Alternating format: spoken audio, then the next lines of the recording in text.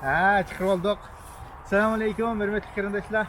Hozir biz Shvetsiyaning poytaxtiga yaqin yerda mahallimizda bolalarimiz bilan birlikda o'zimizning Sharq Turkiston davlat bayrog'imizni 86 yilligini xotirlash munosabati bilan shu mahallimizda chiqarib bir sinab baktık. İnşallah 13 noyabr kuni bir sharoitimiz bo'lsa, ish kuni o'g'achqa biraz tez bo'lgan o'xshaydi.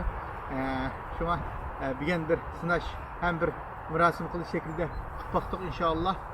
Yuqorida ko'rganinglardek bir şekilde biz bu devlet bayrog'imizni inşallah o'zimiz bayrog'imizni chiqarib baktık. Çünkü tunji qitimli o'g'achqa tajribamiz yo'q o'g'achqa bir şekilde bo'ldi.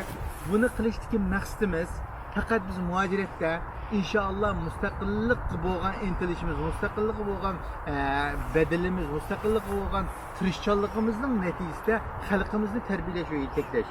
Bayroq chiqarishdan bir dötimiz azozlab qolmaydi, ama bu harakat meyli farzandlarimizga olsun, meyli o'zimizga olayli, meyli o'zimizni bir tarbiyalash ve yetaklashdagi açıkçılık bir vasıta. Onun için meyli devlet gribimiz olaylı, meyli ölçümlük bayrağımız olaylı, meyli 13 noyabr günde bütün dünya karakterlik bu şekilde hatırlayış, bayraklarımızı, balkonlarımızı eseş, öylerimizi eseş ve bir şekilde imkaniyetimiz, şeraitimiz yarı geldiler.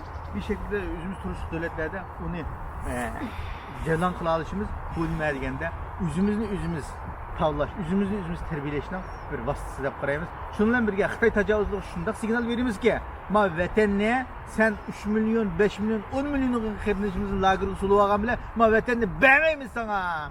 Beğenmeyimiz ma vatanne, alımız ma vatanne. Digen signal verimiz Xitayga.